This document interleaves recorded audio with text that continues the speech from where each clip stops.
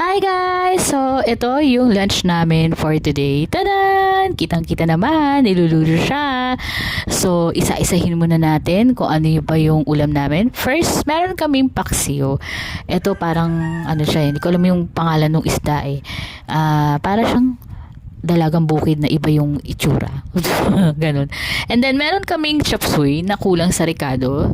Kasi wala kaming. Yung iba, hindi na namin hinalo. Kasi hindi naman kumakain yung iba. Sayang nga lang, walang mais eh. Gusto ko sana may mga small corns. And then, meron din kaming karne. Torta siya. Hindi nyo na makikita. Kasi nung naluto na siya nung second video ko. So, ayan yung mga ricado pang kulang.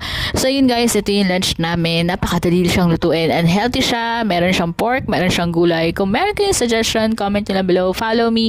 Guys, pwede na ako makatanggap ng stars. So, sana nag-enjoy kayo sa lunch nyo. Yun lang guys. Happy eating! Bye!